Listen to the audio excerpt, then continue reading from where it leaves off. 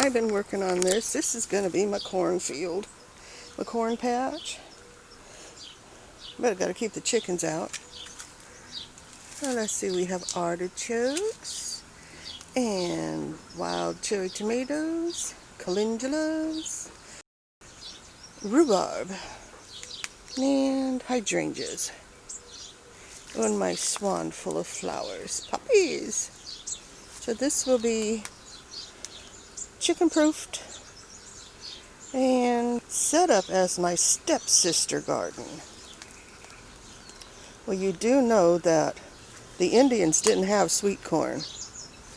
They had hard corn, dent corn, grain corn, and here's the list of what they used to plant. And they didn't plant green beans or pole beans. Well, they were pole beans. They planted beans to be dried. They didn't eat green beans like we do. In fact, the bean looked like a medium-sized lima bean. Don't know the name of it. A friend of mine has some, and she can't remember what the name is. And then their squash really wasn't, well, they didn't even have pumpkins, but their squashes were technically a gourd. And what they did was plant everything in the spring over their fish body, fish head, fish guts, which kept the ground moister. They didn't plant it directly into the fish. They planted it, they'd put the fish in the hole, dirt in the hole, seeds in the hole, cover the hole, and water, and walk away. And they would go hunting, traveling, fishing, and gathering. And then when they came back in the fall, that's when they would harvest their dry corn, their dry beans, and their gourds. I'd be digging my planting holes with the hoe. And I'm going to plant the corn kernels first. After they're up about 6 or 8 inches, then I will plant the beans. And I'm putting them not in a straight row,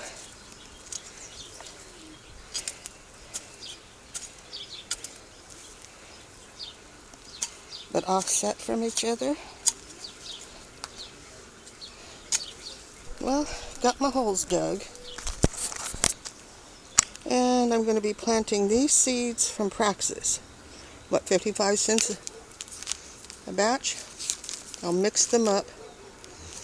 And using my usual planting method, my PVC pipe. And I'm going to be planting the kernels of corn to the left. Then when the corn comes up and it's, a good 8 to 10 inches tall, then I will plant my beans. Because the beans grow so much faster than the corn won't have a chance to grow tall and wonderful. Okay, the last one. Got 2 kernels. Drop them down the pipe. And there they are. Seeds are planted on Cinco de Mayo. Now I'll just cover up the seeds and leave the hole on the right so I can put the beans in. And this way, being in a divot, since we're so hot and dry here, the holes will fill up with water and hold the water a little bit better. Step 1 on 3 stepsisters.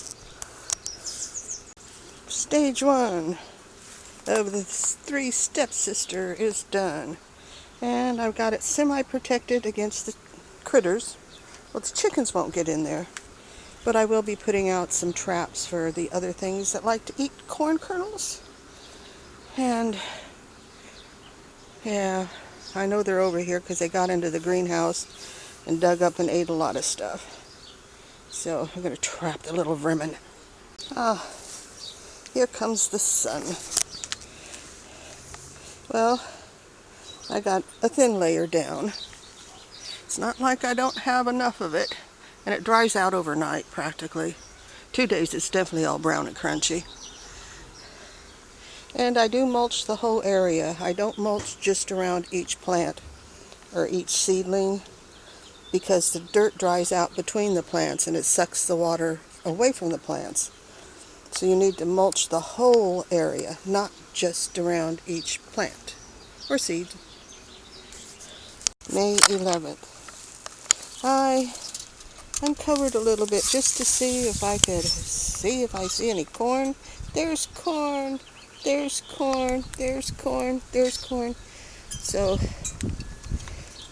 that's good. Not seeing it, I was kind of wondering. This crazy wandering Jew. Oops, I don't want to pull that one. Not too sure what some of these are, so I'll give them a little more time. Cover everybody back up. Come out and water some more since it's been in the high 70s, low 80s. I don't need to cook my corn yet. Granted, most of my corn doesn't even make it into the house. But I would like to be the one to make that choice. Loosely cover it again, because it did get packed down. Just want to keep the hot sun off of it. Even though it likes hot sun, but not when it's trying to grow. Come on, let go.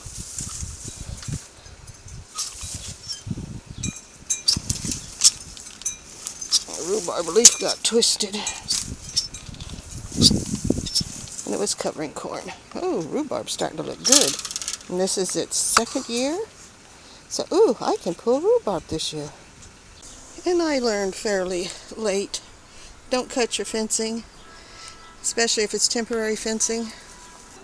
Because when you need it for a longer section, you got bits and pieces and pieces and bits. So that's a nice big chunk of chicken wire that I use for fencing. Goes all the way on the other side of the chayote, connects to the fence, keeps the chicken out of that area. So don't cut your wire until it's going to be something permanent. May 18th. Looks like a lot of the corn has come up nicely. Start on step 2 of stepsister garden. I'm going to be planting more purple beans, yellow beans. I'm going to plant the beans using my PVC pipe. And I'm going to put 2 of each kind in the hole. So I'll be planting 6 seeds in front of each corn stalk. Yard-long beans, which I've never had any luck with. I think these are from the Thai melon squash. They may not be any good. They're about 6-7 years old. I did not do a test. And some old butternut squash. See, there's at least a half a dozen corn that have come up. So let's pull some weeds and move my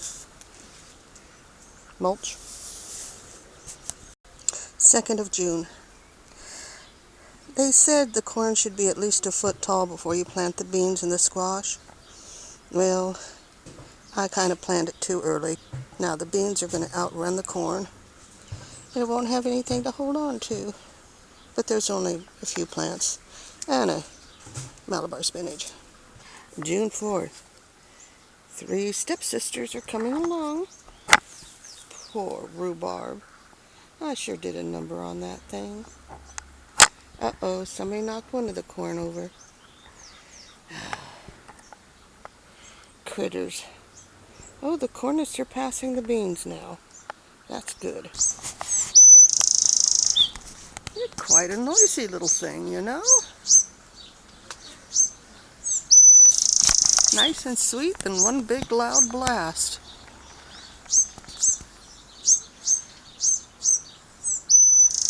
He's a itty bitty bird. and gone. June 21st. 3 stepsisters are doing okay. There's the squash that I didn't plant from seed. It was already started in a container. But I say I'm going to have one decent corn stalk. It's not competing against anybody, so it's doing well. And then we have the beans. More of the purple beans. Oh, I guess this should be the last update on the 3 sisters. We got their male. No females on the squash. I didn't plant the squash from seed. It was a start. Green beans are growing fairly well.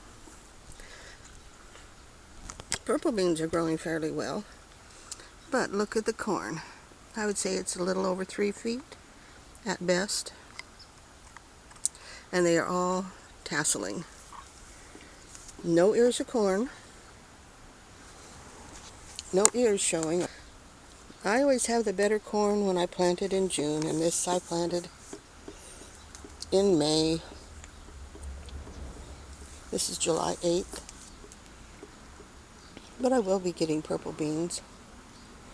No corn. And these were seeds that I bought from Praxis.